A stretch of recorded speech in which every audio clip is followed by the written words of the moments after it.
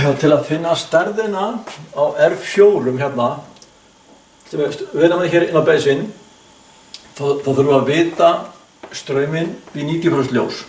Það er 1,1 milliampere.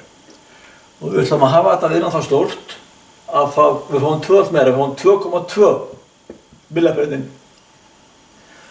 Og þá þurfum við bara að vita spenninu við við. Hérna eru 12 volt, 0,7 volt, þannig hér er það 11,3 volt. R4, nú heitir þetta R4 hérna, það er 11,3 volt, spennandi við það. Þessi milliampere er 1,1 milliampere sem er 0,0011 ampere, sinnum 2 milliströmmur. Þetta er 1,1 milliampere, það var líka að hljóða þetta 1,1 sinnum 10 minus-3. Þið ráðið hvort þið gerir. En þið fáðu út úr þessu 4708 ohm. Þannig að R4